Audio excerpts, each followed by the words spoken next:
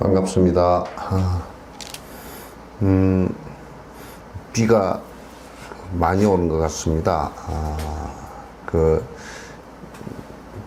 요즘에는 뭐 장마 이런 것보다는 오히려 그 열대 스콜 현상 같은 그런 비가 많이 오네요. 뭐 미국도 그렇고 몇 군데도 지금 역사 유사 이래로 비가 많이 쏟아졌다 그럽니다. 또 어느 지역은 굉장히 가물어서 이제 쩔쩔매고 있고, 그래서 사실 이제 인간이 지금 우리가 우리의 그 지식이 사실상은 자연의 현상을 갖다 얼마나 이해하고 있는지, 또 우리 욕망을 갖다가 인간의 욕망은 사실상은 그 자연 현상은 아니거든요. 이거는 인간이 자아에 집착하면서 발생시킨 그 마음 중에 하나이지. 그래서 아마 종교나 철학 가운데 실천력이 있고 자기 욕심을 갖다가 버리면서 이렇게 자연 현상과 자연의 사실과 진실을 그대로 이렇게 우리가 수용할 수 있는 종교는 아마 불교가 아닌가라는 생각을 갖게 합니다. 그래서 불교의 그 무소유라는 것을 깊이 이해하고 또 그것을 실천하려고 하는 그런 자세는 정말 매우 중요하고, 아마 지구에서 인류가 또는 다른 생명체가 더 오래 존립할 수 있는 그런 조건이 되지 않나라는 생각을 합니다. 지금 이제 우크라이나 사태 같은 경우도 여러분께서 이제 보시면 참 진짜 큰 인구를 갖고 있고 큰 국토를 갖고 있는 나라에 리더가 한 사람이 잘못되지면 얼마나 큰 상황이 벌어지는지 이제 알 수 있을 것 같습니다. 전쟁이라는 것이 뭐 우리가 지금 우리도 6.25 때 겪었지만은 우크라이나 지금 사태 같은 경우는 양쪽이 피하간에 젊은 사람들이 거의 다치고 죽은 사람이 100만이 이미 넘었었고 500일이 넘는 동안에 서로가 죽고 죽이는 관계가 지속되고 있고, 러시아는 집속탄이라 그랬어요. 집속탄이 뭐냐면 큰 우리 같으면 큰 드럼통 같은 그런 통 안에다가 폭탄을 갖다 300개, 400개를 집어넣어 가지고 비행기를 가지고 와서 떨어뜨려서 껍데기가 페어링이 떨어지면서 300~400개가 넘는 폭탄이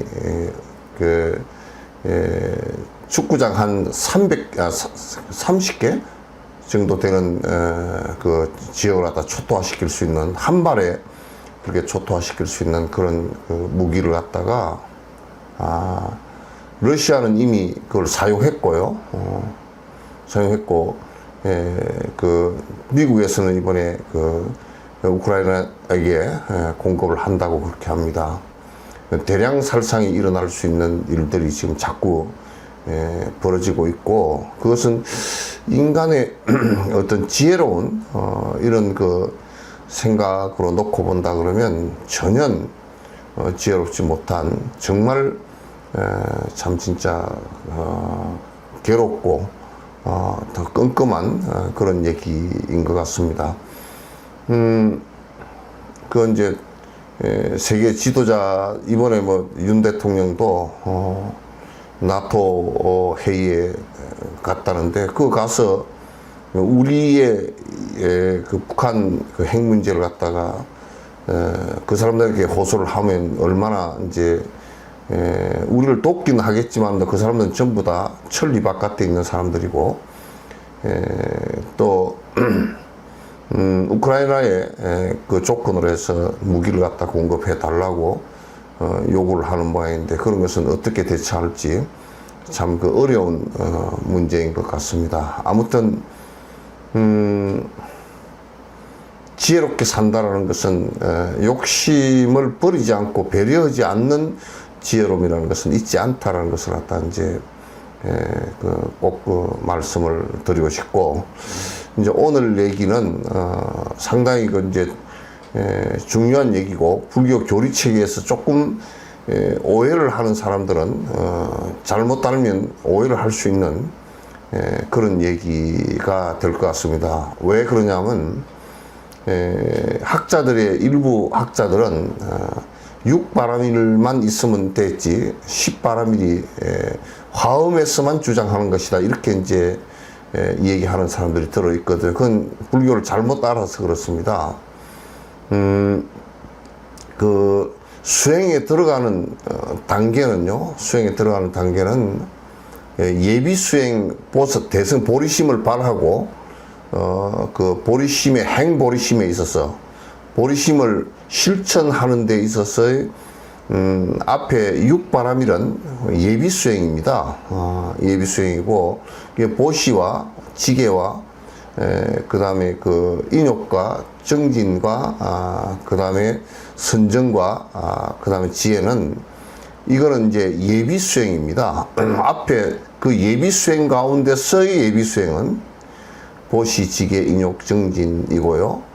그 다음에 거기서 이제 번뇌가 완벽하게 마음속에까지 끊어져서 견도에 들어가는 두 파트가 사마타와 비파사나이거든요.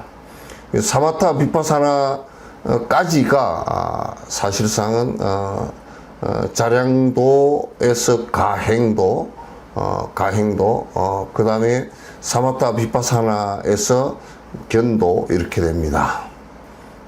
그렇게 되고, 이제 그런데 보통 이제 우리가 이제 소성에서는 보리심을 바르지 않고 그렇게 하는 소성에서는 그 이유가 사실은 없습니다. 소성에서 그 우리가 그 견도 이후는 아라한가는 없거든요. 그리고 이제 보리심이 바래진 것도 아니고요. 그거는 아라한가를 이루어서 번뇌가 사라지는 것만이 이게 이제 아라한가의 최종점이거든요. 그래서 여러분께서 이제 생각하실 때 무슨 육바라밀 말고 또 십바라밀을 왜 복잡하게 하엄에서 말씀을 해놨느냐 하면, 그 하엄의 육바라밀 이후에 방편바라밀 등 사바라밀은 수도분입니다. 수도분이어서 견도가 된 연후에 정진이 끝이 아니라 부처를 이룰 때까지 바라밀을 해 나가는 그 과정을 갖다가 얘기하는 것입니다. 그래서 오늘 이 얘기는 방편바라밀, 제7바라밀, 견도 이후의 그 바라밀입니다. 근데 우리가 앞에 보시바라밀을 할 때는 번뇌가 끊어진 상태가 아닙니다. 그건 이제 내가 말씀드렸듯이 우리의 그 욕망을 갖다가 그 보시바라밀의 핵은 그 보시바라밀의 핵은 그 우리 제보시거든요. 그러니까 베푸는 것의 제보시이고 그 다음에 이제 법시이고요. 그러니까 법시, 제보시와 제시와 법시와 무해시 이거는요. 딱 그 세 가지 어두운 점을 갖다 세 가지 아주 그 굳어진 업을 갖다 제거해 하는 방식입니다. 그러니까 제보시는 물질적 욕망을 갖다가 그 드러내는 것이거든요. 그 다음에 법보시는요. 법보시는 여러분이 법보시 우리가 좀 두뇌가 발달하지 못하고 영리하지 못하더라도 제보시는 할 수 있습니다. 그러나 이제 법보시는요. 법보시를 하게 될 경우 내가 남을 위해서 설명을 하기 시작하고 또 내가 많은 책이나 이런 것을 갖다 공급하기 시작하고 또는 그런 것을 갖다 해석하기 시작하고 그렇게 하면요. 내 그 아주 참 무디었던 그 생각들을 갖다 정리를 할 수 있는 또 그런 것을 극복할 수 있는 그 힘이 되거든요. 그래서 나의 무지를 갖다가 벗어날 수 있는 좋은 방법이 되죠. 그래서 이때는 다 그 번뇌가 있는 때니까.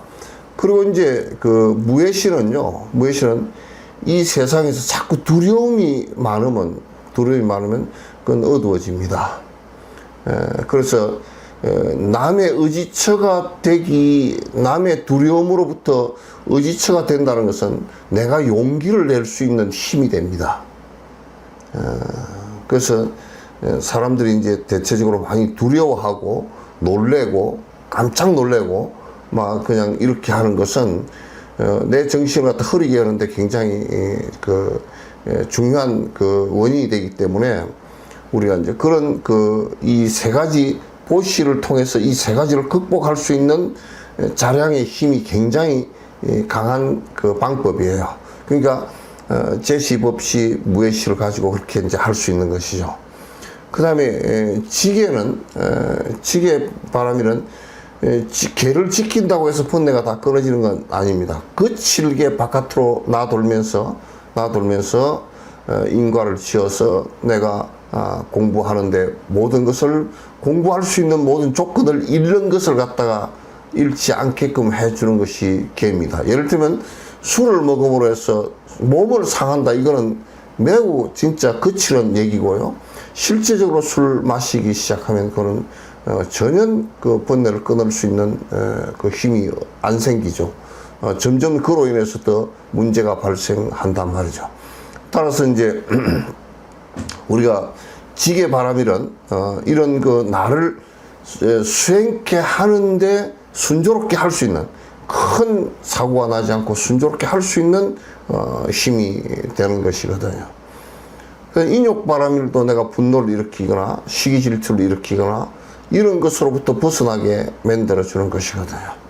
만들어주면 정진 바람일은 나를 갖다 게을른 것으로부터 벗어날 수 있게끔 거듭 내가 선한 일과 공덕을 지을 수 있는 일 이런 것들은 부지런히 해나가고 좋지 않은 일들을 갖다 점점 줄여나가는 것을 갖다 우리는 정진바람일 그렇게 이야기를 합니다.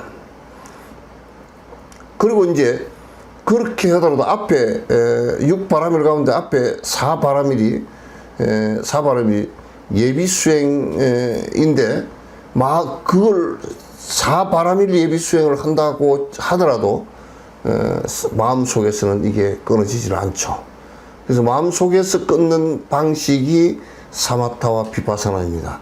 사마타는 집중력이라는 것은 반드시 집중력이라는 것은 흐르지 않게 하고 있는 그대로 갖다 깨끗한 거울에 바로 비춰보면 바로 비칠 수 있는 그 힘이 되듯이 그게 이제 선정력은 내 마음의 파장이 일지를 않아서 바로 볼 수 있는 힘이 되고 또 비파사나는 앞에 그 정견을 가진 것을 사마타의 거울을 갖다가 가지고 바로 비추어 보면서 그렇다라는 결론을 내리고 내가 더 이상 좋지 않은 인과를 갖다 짓지 않게끔 하는 것이에요. 그래서 이거는 사마타와 비파사는 서로 보완적이어서 내 마음 속에서 번뇌가 사라지게 만드는 아주 결정적인 요인이에요. 그래서 아주 결정적인 수행이기 때문에 우리가 그 번뇌를 끊어가는 예비 수행에서는 견도에 들어가기 전에 예비 수행에서는 이 사마타와 비파사나가 결정적입니다. 결정적이에요. 그래서 이 앞에 있는 모든 것들을 내가 앞에서도 계속 설명을 했지만은, 이것이 서로 상호 보완적이기 때문에 어느 하나만 가지고서는 되지 않는다라는 것을 갖다 제가 계속 강조해서 말씀을 드렸죠. 그러니까 하나만 가지고서는 만약에 보시 바라밀만 가지고 된다, 지계 바라밀만 갖고 된다, 인욕 바라밀 또는 정진 바라밀 또는 선정 바라밀만 갖고서도 되지 않죠. 그래서 원각경에 이렇게 보면요,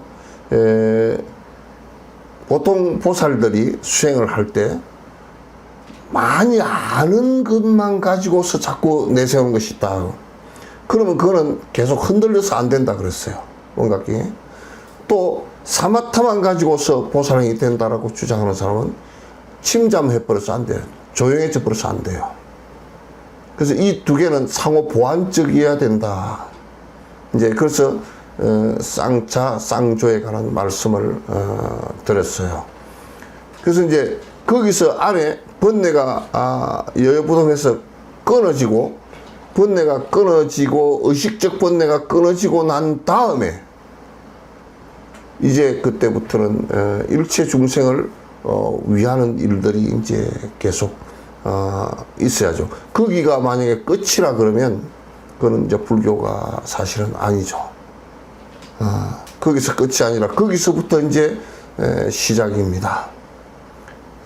전에 어떤 큰 스님께서 말씀하실 때, 이건 내가 직접 전에 정강 스님께 이런 것을 여쭤본 적이 한 번 있어요. 아주 젊은 시절인데, 한 20살 정도 됐을까? 그랬을 때인데,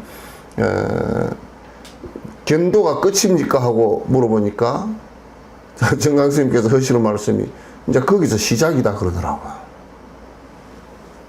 이제 시작이다.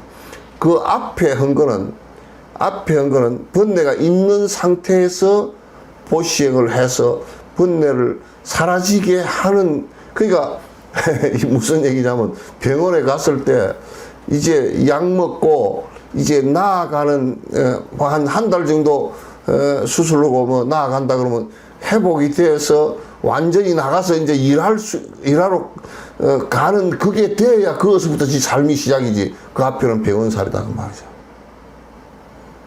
그래서 정강 스님께서 그 말씀을 듣고 나는 그때 깜짝 놀랐어요. 여기서 끝이 아니고 그것은 시작이구나. 그 도인 정강 스님은 교학을 하지 않았지만은도 교학을 어릴 때 출가를 하셔가지고요. 그분은 강원에서 서장 배우시다가 선방을 가셨다 그러더라고요. 서장 배우시다가 내가 참선해서 바로 부처가 돼야 되겠다고 가셔서 28살에 태안사, 태안사 올라가다 보면 밑에 축곡에서, 거기서 올라가다 보면 한 2km 정도 걸어 올라가는데 거기에 굽이 이렇게 위에 계곡에서 물이 내려오는 것을 갖다 보자. 1번, 2번, 3번, 4번을 고랑을 굽이 오니까 건너야 돼요. 건너야 되는데 첫 또랑에 징금다리가 되어 있습니다. 요즘에는 전부 다 세미트 다리가 다 되어 있는데, 징금다리를 건너다가 28에 거기서 견도를 하신 거예요. 건너다가 징금다리 위에서 깨닫고서 그 위에서 2시간, 3시간 환희심에 차서 징검다리 돌 위에서 2-3시간 그거 서 있었다는 거야. 그 태안사까지 올라가시다가 도로 내려와가지고 내가 정부에 큰 스님들한테 점검을 좀 받아야 되겠다고 정부를 갖다가 도로 태안사 가시다가 도로 내려왔어. 그래서 전국에 다니면서 도인들한테 정보를 받으셨던 분인데 이 어른이 하신 말씀이 견도면 부처입니까? 하고 물으니까 부처를 보긴 봤는데 아직 다 갖추어지지 않아서 지금부터 수행하는 것이다. 견도에서부터 시작이다. 그럼 그 전에는 뭡니까? 그 전에는 병 고치는 중이었다. 병을 고치는 중이다. 우리가 마음속에도 번뇌가 죽을듯이 계속 일어나고 죽을듯이 계속 일어나고 또 행동도 아직 정비가 안 돼서 굉장히 복잡하고 그러니까 서장사 못 듣고 있습니다. 네? 안 들립니다. 제가 마이크를 안 켰습니다. 그래서 여러분도 수행한다라고 했을 때 수도라고 이제 우리가 자량도, 가행도, 견도, 수도라고 하는 것이 그때부터 진정한 중생을 위하는 일도 되고 나를 위하는 일이 전혀 하나도 없이 그때부터는 이제 아주 순박한 순수한 보살령이 이제 된다 그 말이지. 그래서 나도 이제 자꾸 이제 이렇게 딴 얘기를 하지만은도 예수님 같은 경우도 견도에 들어가서 거기 가서 거짓말 한마디 안 하시고 그 이스라엘 백성과 그 로마 백성들을 갖다 위해서 거기에 있는 모든 백성들을 위해서 그때 설교를 하려고 그러다 돌아가신 것이거든요. 그래서 이제 견도 때부터 진짜 이제 수도부 이제부터 수행이라 그때. 그 앞에 수행은 그냥 예비예요. 거기에 견도에 들기 위한 예비예요. 근데 지금 자꾸 이제 견성이면 성불이다 이렇게 얘기해 버리면 이제 견도에 들어놓고서 바로 부처라 그래 버리는 지금 한국 불교에 화두선을 하는 사람들의 그 말에 속아서 견성성불이라는 말에 속아서 자꾸 이제 견성성불이라는 말은 경전 속에는 없어요.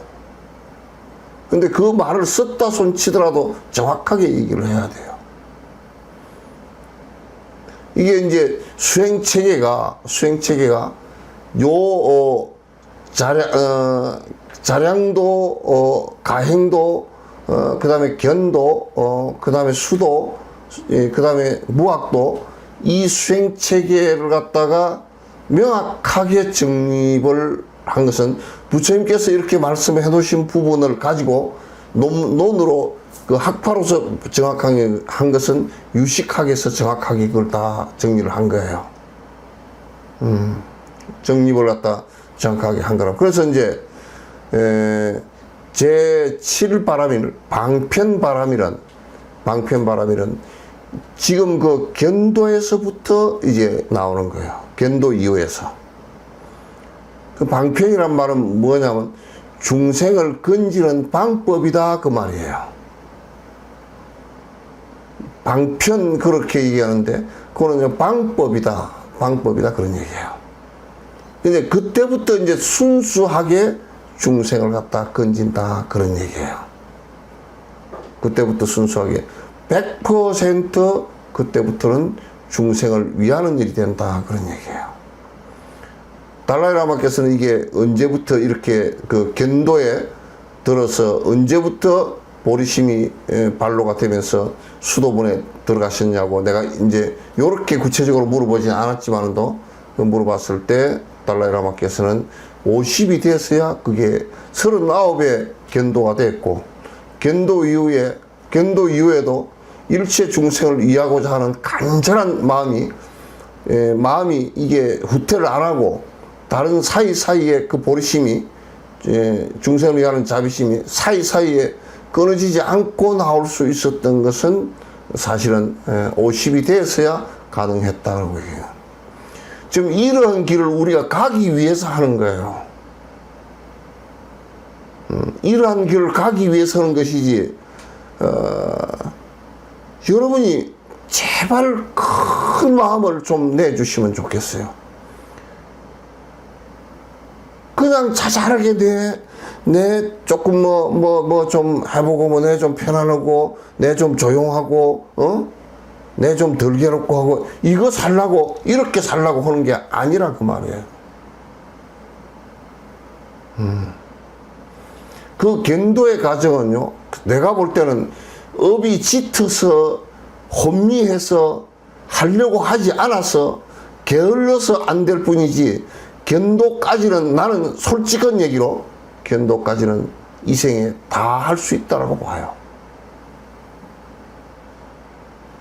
너무 쪼잔하게 살고, 너무 딴 방향을 보고 살고, 너무 이 수행하는 것을 갖다 너무 우습게 생각해. 너무 생소하게 생각하고.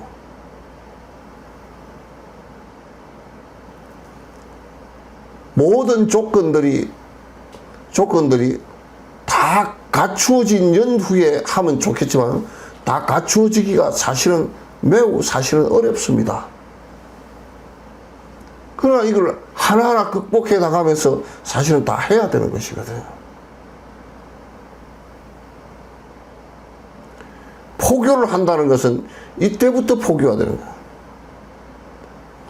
수월 스님 같은 어르신도 견도를 하시고 나서 대비주를 가지고 견도를 해서, 그분도 그 교학 하나도 안 배운 분이거든요. 그러나 견도가 되시고, 번뇌가 자기 교학을 안 했어도 번뇌가, 그분은 전생에 그런 것이 있어서 끊어졌거든. 번뇌가 끊어지니까 알아. 아니까 그 다음에 교학이 약하시니까 교학 힘은 약해요. 약한데 인연 따라서 가서 저 만주에 그 화엄사에서 그 일제 그 시기에 40~50명의 대중을 갖다가 당신이 전부 다 정진하라 그러고, 그 만주벌판에서 먹을 것도 없는 데서 정진하라 그러고, 당신이 전부 다 집신 삼고 장작해다가 대중방에 불 떼고 밥에 먹이고, 전부 다 화주해서 먹이면서, 너희들은 공부해서 견도하라고 그 길을 갖다 당신이 평생을 거기서 열어주셨는데, 그때 그 수월스님 지도를 받았던 분들이 불국사의 옛날 돌아가신 조실스님, 조실스님이고, 그 다음에 청담스님, 이런 스님들이 그때 당시 거기에 젊은 나이에 그 스님 밑에서 공부를 하셨다 그러더라고요. 그래서 번뇌라는 것이 뭐냐, 그냥 욕심이에요. 욕심 다 할 수만 있으면 본인에게 무한한 능력이 있습니다. 다 한 것만큼 능력이 나옵니다. 다 한 것만큼. 그래서 이제 그걸 그렇게 그때부터 이제 해야하는 것을 이제 정강 스님한테 들은 얘기인데, 그때부터 이제 방편을 베푸는데 인연 따라서 베푸신다 그러더라고. 그때부터 이제 인연 따라서 베푸신다. 그래서 이제 거기서부터 이제 보디사트바란 말이 성립이 됩니다. 보디, 내 번뇌는 다 한 것을 얘기하죠. 공성체험을 한 것을 얘기하고, 사트바는 뭐냐면 중생을 위해서, 사트바는 유정이거든요. 중생을 위해서 내가 이제 거듭 이 세상을 갖다가 윤회하겠다라는 뜻이에요. 그러니까 자꾸 이제 사람들이 이제 방송국에서 나한테 자꾸 물어보고, 달라이라마 다음 대는 누구냐고 자꾸 묻더라고. 그렇게 우리식으로 하는 게 아니에요. 그분은 다음 생에 다시 오실 거란 말이에요. 왜? 다시 오실 것이라는 것을 모르는 사람들은 대승불교를 몰라서 그래. 대승불교의 보디사트바는 이미 견도에 들어가신 이후에 중생을 위해서 이 세상을 거듭 육도 윤회하겠다 하면서 중생을 건지겠다라고 얘기한다. 그래서 그게 그 이 수행자의 이름에 명칭에 보디사트바하고 나오는 거란다. 깬 이지만은도 견도 이후에 중생을 위해서 거듭 이 세상에 태어나셔서 중생을 구제하겠다 그 얘기예요. 그래서 달라이라마를 관세음보살 후신 그러는데 그거는 나는 그냥 칭찬으로 말이지 그렇다고 관세음보살 후신이 아니거든요. 관세음보살님의 대자비지와 같이 그 길을 지금 걸어가고 관세음보살님이 길을 열었으니까 그 길을 갖다 우리가 따라가고 있고 그 제자라는 것이 관세음보살 후신이라는 것은 그냥 칭찬드는 말이란 말이야. 그걸 가지고 서양 기자가 뭘 갖다 관세음보살 당신 후신이냐고 물으면 그건 우스운 소리죠. 모르고 이제 그런 소리죠. 어쨌든 간에 각유정이라 그 말이에요. 그러면 이제 각유정인데 이 세상을 큰 그 양반들 그 보디사트바의 타이틀을 놓고 보면 그 어른들이 이제는 윤회하는데 자유롭다는 얘기예요. 그럼 자유로운데 어떻게 자유로우냐? 이제 중생을 건지기 위해서 내가 관세음보살 같은 경우는 32응신을 한다 그러면 32응신이라는 말을 갖다 자꾸 지금 전설의 고향처럼 듣는데 실제 가능하다. 저분을 건지기 위해서 아들로 태어난다든지 저분을 건지기 위해서 저 나라를 건져주시기 위해서 왕으로 태어난다든지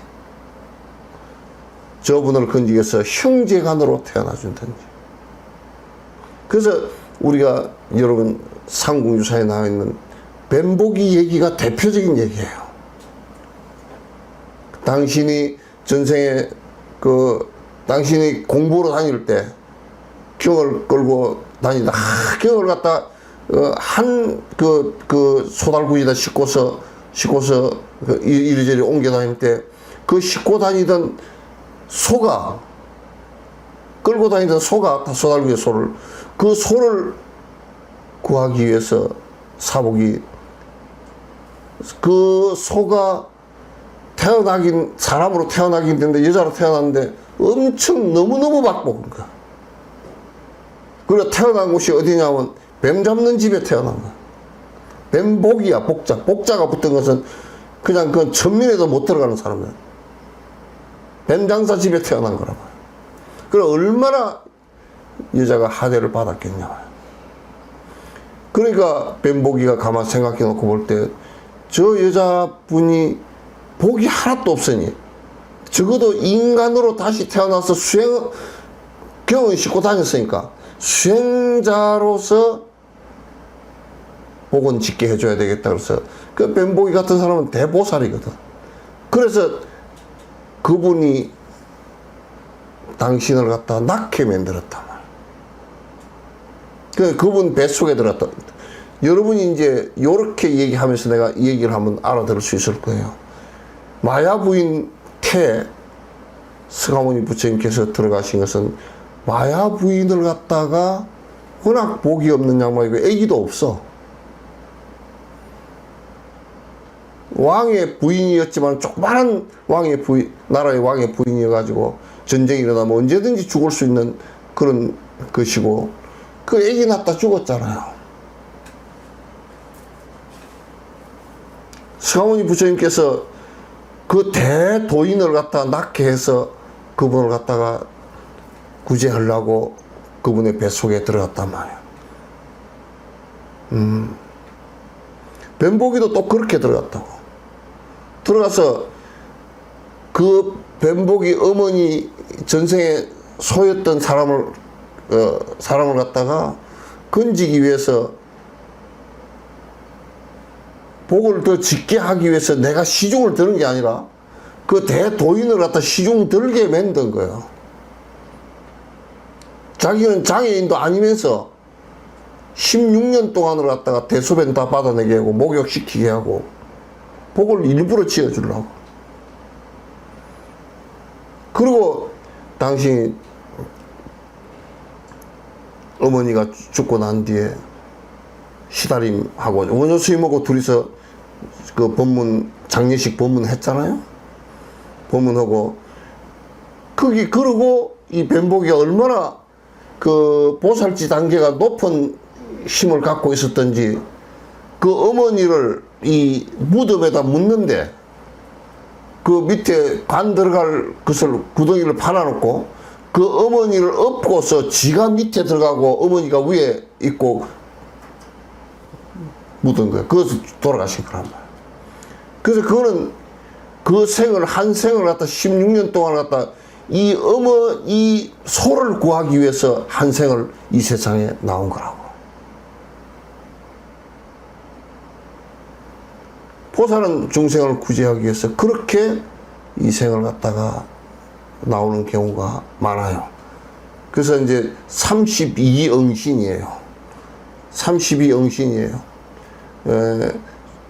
그래서 이제 달라이 라마께서 하시는 말씀이 나는 그 얘기가 무슨 얘기인지 알죠.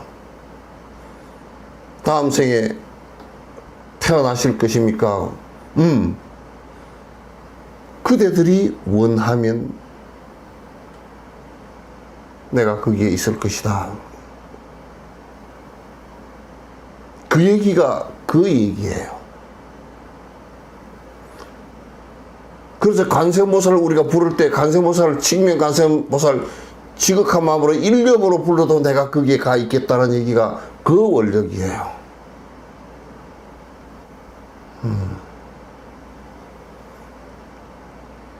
우리는 내가 자식을 하면 아주 세속적이고 어두워서 내가 난 자식이라고 애착을 한다고. 티벳의 여자분들이, 어머니들이 나는 그분들을 상당히 존중하는 것 중에 하나가 그렇게 보살이 태어나면 사회학적으로 보면 돈이 없고 그러니까 자식을 하나 출가시킨다. 공부로 가라. 이런 것도 있겠지만 그런 보살의 징조가 있으면 꿈에 봤거나 또는 그분이 갈 때 누구 집에 태어나겠다라고 말하고 갔거나 그래서 찾아가면 당연히 이 스승을 갖다 출가시켜서 더 훌륭하게 되게 하기 위해서 나를 갖다 내 자식이라는 생각을 버린다고. 아, 나의 몸을 빌어서 태어났구나 이렇게 생각한다. 우리는 어두우니까 보살이 태어나도 그냥 내 자식이고 출가하려고 그러면 질질 짜고 앉았고 막 데리러 막 절에 쫓아가고 그냥 뭐 불교 공부를 한다 그러면 뭐 그 밥도 못 먹고 사걸 뭐하러 하냐고. 나는 그런 얘기 하는 놈들 얘기 들어보면 그런 얘기 하는 부모들 역사 이래로 불교가 성녀들이고 불교 공부한 사람이 굶어 죽은 놈이 있으면 한번 대보라 그래. 그런 적이 없어요. 금강경에서 얘기할 때 여기에 이 경을 읽고 이 경을 수지독송 서사 위타연설을 하면 이 경이 있는 곳은 여불탑묘 부처님의 탑이 있는 것과 똑같이 부처님이 계신 것과 똑같이 될 것이다 그랬어요. 따라서 32영신으로 이게 우리 인간 세계만 그렇게 하는 게 아니고요. 저 지옥에도 내가 가서 하겠다. 나 가끔 가다 그런다고. 요즘에는 그런 거 좀 적지만 옛날에는 다니다 보면 불신지옥 믿음 천국 그렇게 해가지고 나한테도 막 성경을 주면서 그렇게 한다고요. 그래서 나를 안 믿는다고 그렇게 얘기하면 뭐라 그러냐면 지옥 간다고. 아니 나는 원래 지옥 가기로 맡아놓은 사람이라고. 그럼 그 사람들 이해 못하지. 지옥 가기로 맡아놓은 사람 아니에요. 보살은 지옥 가는 것을 갖다가 그걸 마다하지 않아. 보살은 잘못해서 지옥 가는 것을 그건 안 되지만도 중생을 구제하러 지옥 가는 것은 당연한 일이야. 당연한 일이야. 예수가 그 공부를 그렇게 높이 하고 그 아사리팍 같은데 그거를 뭐로 갔겠어? 너무나 잘 알잖아. 로마 식민지고, 응? 유대인들 뿐만 아니라 그 소수민족들이 참 지금도 서로 총칼을 겨누고 뭐 싸우고 있지만도 그 지역에 가서 모든 사람을 갖다 평등하게 대하려고 그러고 하는 것을 갖다 거기 왜 갔겠어요?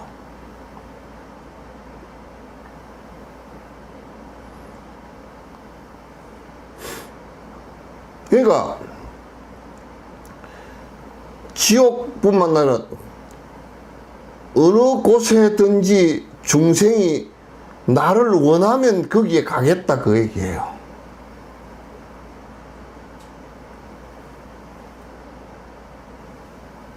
그래서 우리가 간세음보살 이름을 한 번을 염하더라도 나는 거기에 있고, 아미타 부처님을 내가 임명종시에 한 번만 지극정성으로 목숨이 닿을 때 불러도 나는 거기에 그대 앞에 있겠다 그런 얘기예요.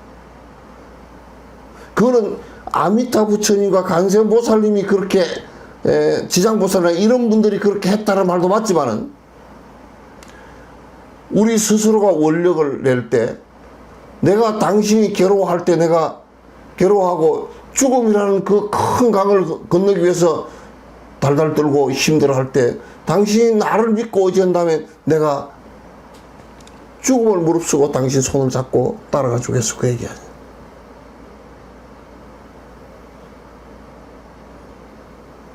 아, 이렇게 어마어마한 대승의 위대한 정신을 두고서 이거 내가 공부하려고 그러니까 시끄러워서 못 살겠고 뭐 꼬라지가 백있어 못 살겠고, 아니 이런 위대한 사상들을 갖다가 사상과 신앙을 갖다가 생각하지 않고 무슨 돈 몇 푼을 갖다가 희사하기 싫어서 돈 몇 푼 때문에 자살하는 사람이 있고, 그런데 그걸 희사하기 싫어서 나는 솔직히 얘기해서 집값이 뭐 30억 40억 올라가서 청년들이 또는 돈 없는 사람들이 집을 살 수가 없고 뭐 반지하에 살고, 아 윤석열이 지금 반지하에 살아보지도 않았으니까 왜 여기서 집이 있느냐고 그러지.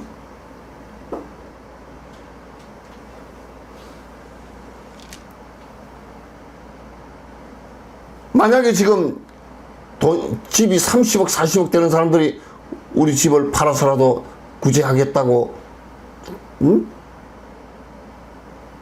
국가가 이렇게 가서는 안 된다고 그 지도해주는 사람들이 선두에 선 사람들이 그렇게 해주시기만 하면 국가가 미국, 러시아, 인도, 중국 이런 거는 우리 국가의 게임도 안 돼. 그렇게 하면. 그렇게 하는 사람이 만약에 지금 우리 기득권자들 5만 명, 10만 명 가운데 그 사람들이 반만 그렇게 해줘도 국가가 그냥 살아난단 말이에요.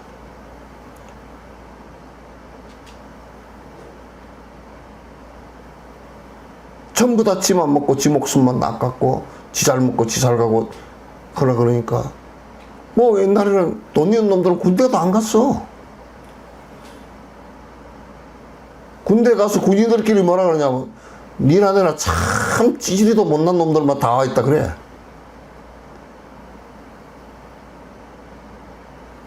왜? 돈 있는 놈은 쏙쏙 다 빠졌으니까. 왜 지금 기득권자들은 다 그렇게 몸이 그렇게 다 안 좋은가?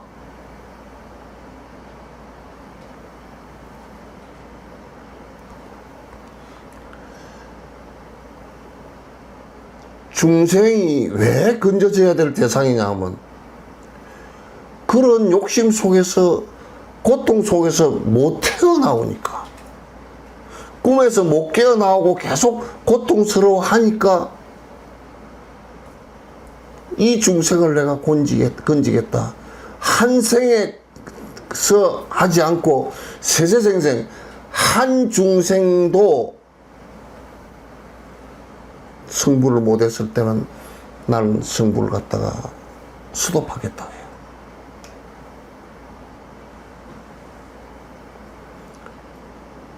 이때부터 이제 시작하는 것이 진정한 보시바라밀이 돼요.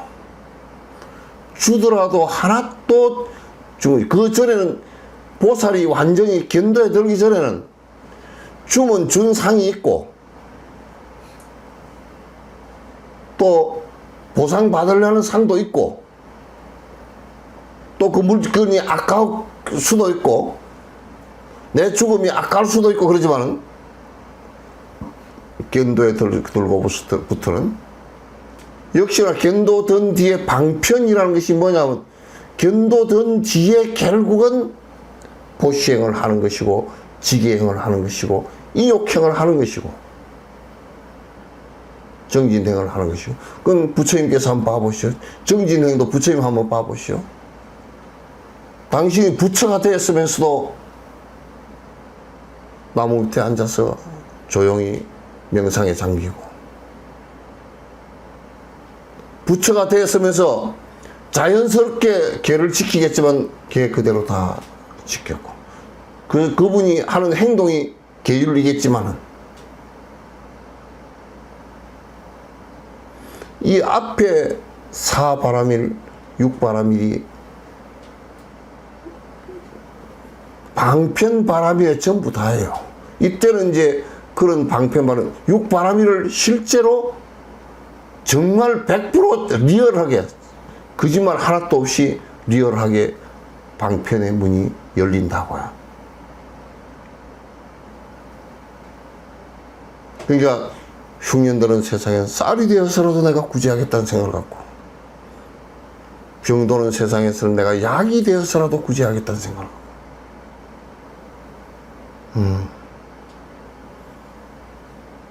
그 방편은 어떤 방법으로도 중생을 구제하겠다라는 생각을 갖는 거예요.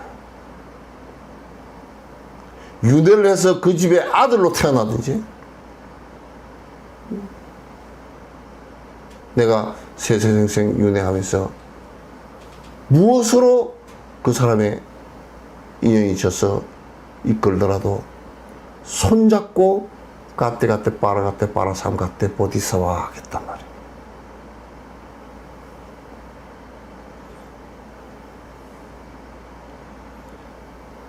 이게 보살의 방편바람이래요. 보살의 방편바람이래요. 이 이제 견도를 넘었으면 굉장히 그런 힘이 강해집니다. 견도를 넘어서서는 힘이 강해지고 초지, 이지, 삼지, 사지, 오지, 육지, 칠지, 팔지, 구지, 십지 이렇게 올라가면 우리가 상상을 초월할 정도로 방편력들이 강해집니다. 보살은 뭐 모양을 비구 모양을 갖출 때도 있고 여자 모양을 갖출 때도 있고 남자의 모양을 갖출 때도 있고 국왕의 모양을 갖출 때도 있고 동물의 모양을 갖출 때도 있고 지옥에 가서 나툴 때도 있고 천상에서 나툴 때도 있고 모양과 행체는 아무 의미가 없습니다. 그 중생이 원하는 모습으로 나타나서 한 생을 그 중생을 위해서 살아가고 한 중생을 구제하기 위해서라도 한 생을 갖다 다 버립니다.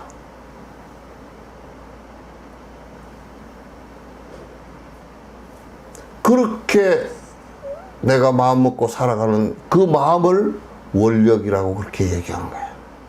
이제 원력이 순수하게 되는 시기를 갖다가 견도 이후에는 아주 그 원력 자체가 순수하게 순수한 원력입니다.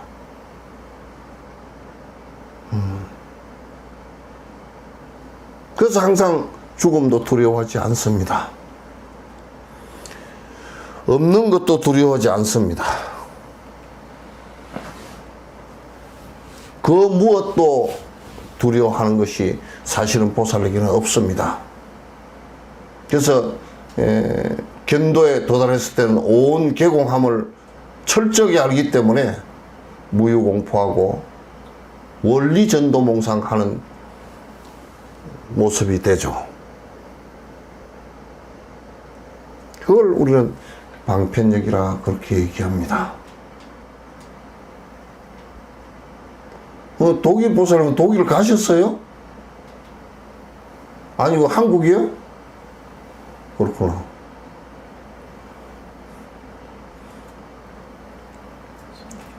그래서 이 방편바람이를 여러분께서 잘 생각하시면, 이거는 견도 이후에 이제 2년 따라서 하나하나 실행을 해 나가는 겁니다. 그래서 어떤 모습이 돼서 놔둘지는, 그거는 중생의 모습에 따라서, 중생이 원하는 데 따라서 그 모습이 달라져서 다음 생에 계속 변화해서 나오는 것이죠.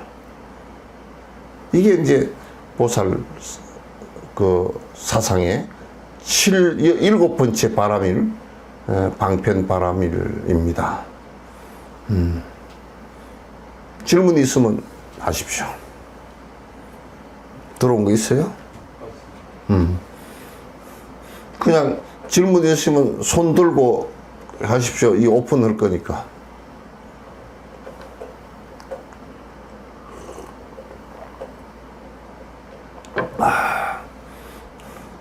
없으세요?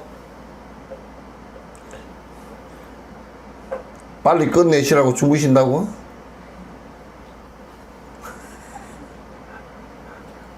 그럽시다. 그럼 빨리 주무십시오. 자, 그러면 끝내겠습니다. 고맙습니다. 다음엔 8번째 바람일 말씀드리겠습니다.